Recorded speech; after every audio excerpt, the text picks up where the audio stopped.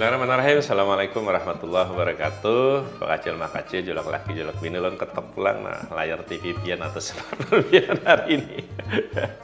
Banyak kisah 1000 inspirasi menjadi 1001 inspirasi ini. Insya Allah doakan ulun, mudah-mudahan ulun tetap sehat. Dan kalau ini bermanfaat, ya, insya Allah akan ulun teruskan ya berkisah tentang hidup dan kehidupan. Ulun teruskan hari ini berkisah tentang pengalaman ibadah umrah yang ulun laksanakan. Kemarin ulun berkisah tentang perjalanan, ada berangkat dan bulik, ada kemudian doa untuk mama, doa untuk orang tua, doa untuk ibu pada saat setelah sholat sunat tawaf itu, selesai melaksanakan tawaf itu. Nah, ada satu momen lagi juga yang ulun cukup atau sangat berkesan lah di ulun setelah di Mekah, Tanah Haram, di Mekah Al-Mukarramah kita kemudian berangkatlah ke Madinah. Cuman tahun ini karena kereta cepat itu sudah ada, ulun coba kereta cepat. Jadi ternyata pian berangkat jam 4 waktu Mekah, hanya 2 jam sampai udah ke Madinah. Jadi habis sholat asar itu berangkat, sholat maghrib sudah bisa di Masjid Nabawi di Madinah. Karena dua tempat itu memang menjadi favorit kita secara spiritual. Ulun sering istilahkan magnet spiritual ya, Mekah Al-Mukarramah dan di Masjid Nabawi ini ya. Ada juga yang disebutkan di sana ya keutamaannya. Di Masjidil Haram itu 100.000 lipat pahalanya, sedangkan di Masjid Nabawi itu adalah 1000 lipat untuk pahalanya. Nah, di Masjid Nabawi itu yang sangat istimewa ya, ada yang kita sebut dengan Raudah atau Taman Surga. Raudah ini ulun baca ada sekitar 330 meter sih sebenarnya ya. Istilahnya luasnya lah di sana yang masuk lingkup Raudah itu. Karena ada hadis Nabi riwayat Bukhari itu pernah ulun dengar dari Ustadz mengatakan di antara rumahku dan mimbarku ada Raudah. Jadi ada taman-taman surga, Raudah min riyadil jannah. Nah, kalian masih ingat kan, tentu kita akan ada waktu untuk ke Raudah. Tapi di tahun 2022 yang ulun laksanakan ini memang agak berbeda pengaturannya.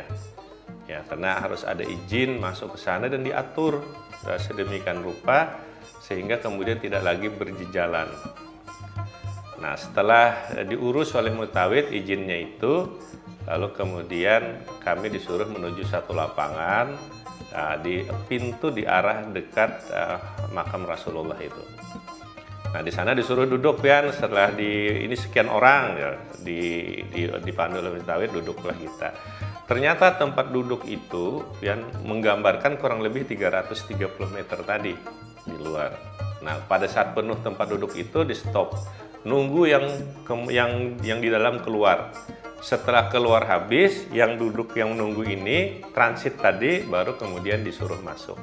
Subhanallah, yang terjadi apa? Kita sholat di Raudah, safnya teratur. Nah, ulun pengalaman beberapa kali umrah tuh yang dulu tuh bejak baka jalan sujud itu ngalih kan, ada di sesala orang, ada tekanan burit orang di sana. Tapi karena diatur yang seperti itu, subhanallah, alhamdulillah, julun akhirnya kita bisa sholat dan berdoa ya, sholat sunat dan berdoa di Raudah itu dengan tenang. Ya, saat berdoa di sanalah tentu kita tidak bisa melepaskan diri batin dan nurani kita dengan Rasulullah. Nah, disitulah ulun teringat, di samping banyak doa tentu yang dimohonkan, bagaimana kemudian perjuangan Rasulullah dulu. Bayangkan pian, bagaimana beliau dulu, disinilah beliau di Raudah itulah memimpin umat. Disitulah beliau menyampaikan wahyu kebanyakan kepada kita semua. Disitulah beliau memimpin untuk perang.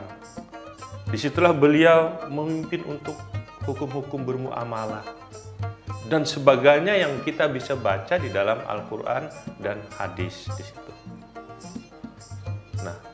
jar ulun, pada saat kita di raudah ini, maka batin dan nurani kita tersungkur ingat kepada seorang yang menjadi kekasih Allah, menjadi yang dipuji oleh makhluk di bumi dan di langit. Bahkan Rasulullah kita itu sendiri adalah orang yang disayangi dan sangat disayangi oleh Allah. Nah, oleh karena itu Julun pada saat di sana sempat ulun berdoa kepada pian-pian semuaan. Mudah-mudahan Julun, ya, kita semuaan yang ada di Banua, sahabat-sahabat julak laki julak ini yang menonton secangkir kopi ini juga diberikan nanti syafaat oleh Rasulullah pada saat nanti kita berada di padang mahsyar. Harus kita sadari betul, tanpa Rasulullah kita ini berada di dalam kegelapan. Ahli bijak, orang mengatakan, tuan-tuan guru kita, wali-wali kita mengatakan Rasulullah itu adalah cahaya. Nah, ulun kada hendak mau pandir mengenai Nur Muhammad, tapi seistilahnya ulun paling tidak cahaya. Cahaya yang kemudian menerangi hidup kita, yang sumbernya daripada cahaya Allah. Oleh karena itu, kalau kita ingin mendekat Rasulullah, berarti kita mendekat kepada cahayanya dan kita akan terkena cahayanya. Kuncinya kata Tuan Guru satu aja, turuti apa yang diajarkan oleh Rasulullah. Kalau kita menuruti apa yang diajarkan Rasulullah nanti mumpung bulan Maulid Julun, berarti kita mendapatkan cahayanya Rasulullah. Dan pada saat kita mendapatkan cahayanya Rasulullah, berarti kita mendapatkan cahayanya Allah di situ. Nah, ada petunjuk yang ujar Kai Ulun Bahari pian yang lebih praktis Jasidin agar diamalkan cuai Jasidin. Coba pian perhatikan aja. Adalah pian keinginan berbuat baik umpamanya. Bila pian ada keinginan berbuat baik, apa aja bentuknya? Ya bersedekah kah, membantu orang kah di sana? Ya apa aja banyak menaruh lapangan berbuat baik. Itu berarti sudah dapat cahaya. Cahaya kebaikan dalam diri. Lalu kemudian dari cahaya kebaikan yang kita lakukan itu, wujudnya perbuatan kita. Lalu pian kemudian menyandarkannya secara ikhlas. Ya tulus ikhlas. Ujar Abah Guru Bahari, jangan ada pamrih Jasidin, ikhlasakan. Itu pian berarti sudah mendapatkan cahaya kedua. Di samping cahaya kebaikan batin, pian sudah mendapatkan cahaya ikhlas dari cahaya Nabi kita. Lalu kemudian semata-mata perbuatan baik itu pian sandarkan kepada Yang Maha Kuasa di sana. Dan apa yang pian lakukan itu tidak ada daya sesungguhnya selain daripada daya dari Yang Maha Kuasa. Maka Jasidin sesungguhnya jika mendapatkan cahaya dari Allah. Nah, oleh karena itu Jarulun adalah kai yang kemudian kada dapat cahaya. Bila kada dapat cahaya itu berarti gelap. Bila gelap itu jadi kan berarti jauh dari cahayanya Rasulullah, jauh dari cahayanya Allah. Itu yang disebut dengan kejahatan. Jadi gelap itu berarti perilaku kita menjadi tidak baik. Berarti kita jauh dari cahaya. Oleh karena itu Jasidin jangan jika menjauh dari cahaya, tapi mendekatlah kepada cahaya. Caranya apa? Turuti ajaran Rasulullah Sallallahu Alaihi Wasallam. Ini yang hendak ulun kisahkan ya pada saat kemudian pengalaman batin ulun berkunjung ke Raudah. Mudah-mudahan ada manfaatnya. Terima kasih. Assalamualaikum warahmatullahi wabarakatuh. Salam Sangkir Kopi 1000 Inspirasi.